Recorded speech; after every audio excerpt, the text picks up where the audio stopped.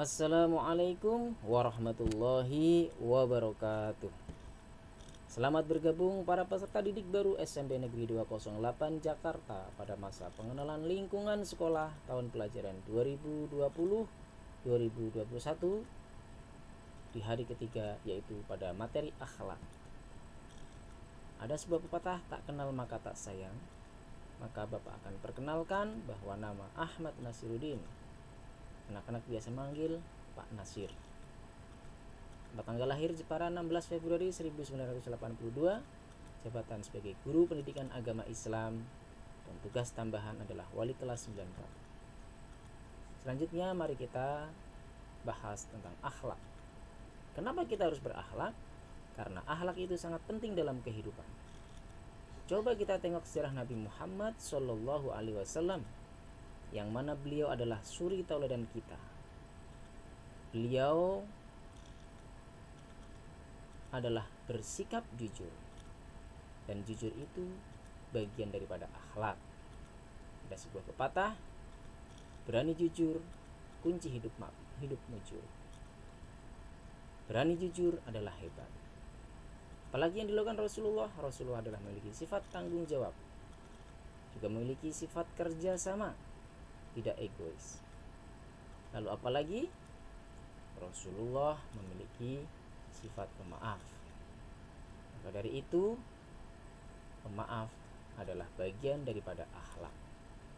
Jika jadikan diri ini sebagai seorang yang pemaaf. Dan masih banyak lagi akhlak-akhlak Rasulullah SAW. Dengan berbagai akhlak Rasulullah yang luar biasa, sampai-sampai Allah memuji Rasulullah di dalam Al-Quran, bukan karena ilmunya, bukan karena pintarnya, tapi karena akhlaknya, yaitu dalam surat Al-Qalam ayat 4. A'udzu billahi minasyaitonir rajim wa innaka la'ala khuluqin 'adzim. Dan sesungguhnya kamu benar-benar berbudi pekerti yang agung. Dan selanjutnya kita bahas tentang pengertian akhlak. Kata akhlak berasal dari bahasa Arab, yaitu al-khuluq, yang berarti tabiat, perangai, tingkah laku, kebiasaan, maupun kelakuan. Adapun menurut istilahnya ada berbagai macam pengertian. Yang pertama, menurut pendapat Ibnu Maskawi, bahwa akhlak yaitu sifat yang tertanam dalam jiwa seseorang yang mendorongnya untuk melakukan perbuatan tanpa memerlukan pemikiran dan pertimbangan. Ada juga menurut pendapat Abu Hamid Al-Ghazali, yang lebih dikenal dengan Imam Al-Ghazali. Ada juga menurut Muhammad bin Ali Asy-Syarif Al-Jurjani. Pada intinya, dari ketiga pendapat itu adalah hampir sama apa yang disampaikan oleh Ibnu Maskawi. Lalu bukti tentang akhlak, sebagaimana yang telah Bapak sebutkan tadi dalam Al-Quran, surat Al-Qalam ayat 4, dan juga bersumber dari Al-Hadis, yaitu sabda Rasulullah SAW yang berbunyi, innama bu'itsu liutammima makarimal akhlak. Sesungguhnya aku diutus hanya untuk menyempurnakan akhlak yang mulia. Adapun tujuan akhlak adalah untuk menjadikan manusia sebagai makhluk yang lebih tinggi dan sempurna, dan membedakannya dari makhluk-makhluk yang lainnya, menjadi suatu hal yang harus dimiliki oleh manusia agar lebih baik dalam berhubungan, baik sesama manusia, apalagi kepada Allah sebagai pencipta.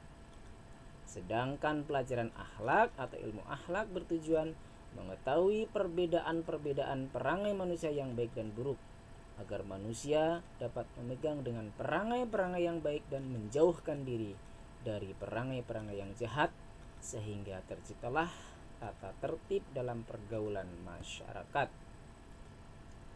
Yang hendak dikendalikan oleh akhlak ialah tindakan lahir manusia. Tetapi karena tindakan lahir itu tidak akan terjadi jika tidak didahului oleh gerak-gerik batin, yaitu tindakan hati. Maka tindakan batin dan gerak-gerik hati pun termasuk lapangan yang diatur oleh akhlak manusia. Maka dari itu, Lebih tegasnya, baik buruk itu tergantung kepada tindakan hatinya. Sebagaimana dalam hadis Arba'in An-Nawawi dituliskan bahwa Rasulullah Shallallahu Alaihi Wasallam bersabda, "Ala fil jasadi mudghah, idza soluhat sairu amali, wa idza fasadat fasada sairu amali."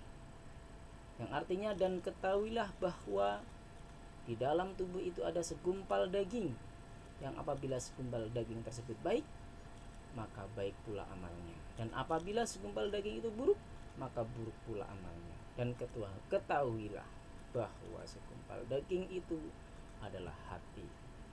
Hadis ini dengan jelas menerangkan bahwa hati adalah bagian terpenting dari tubuh manusia, sehingga apapun yang direncanakan oleh hati sejatinya akan terpengaruh pada perbuatan yang akan dilakukan oleh pemiliknya. Dalam hal ini dapat diibaratkan bahwa jasad itu bagaikan pemerintahan dalam diri kita, sedangkan hati menjadi pusat pemerintahan.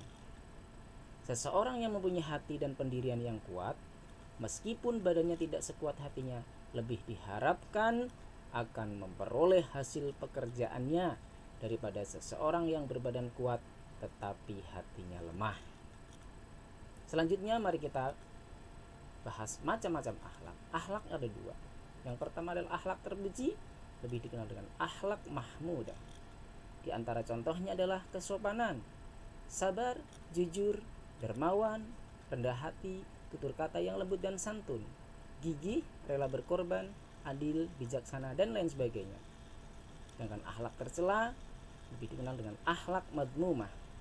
Contohnya adalah dusta, iri, dengki, ujub atau membanggakan diri, fitnah, sombong, bakhil atau pelit, tamak atau serakah, dan lain sebagainya. Nah, dari itu, lewat materi ini Bapak berharap anak-anakku semua yang masuk di SMP Negeri 208 menjadi anak yang berakhlak, menjadi anak yang berkarakter, sebagaimana yang diharapkan oleh sekolah SMP Negeri 208 dengan visi misi, yaitu berkarakter, cerdas, unggul. Maka dari itu kita buktikan bahwa siswa-siswi SMP Negeri 208 menjadi orang yang berkarakter, berakhlak mulia. Dengan berakhlak maka akan timbul cerdas, maka jika sudah cerdas, muncullah unggul dalam berbagai bidang. Hanya ini yang bisa Bapak sampaikan. Kurang lebihnya mohon maaf. Wassalamualaikum warahmatullahi wabarakatuh.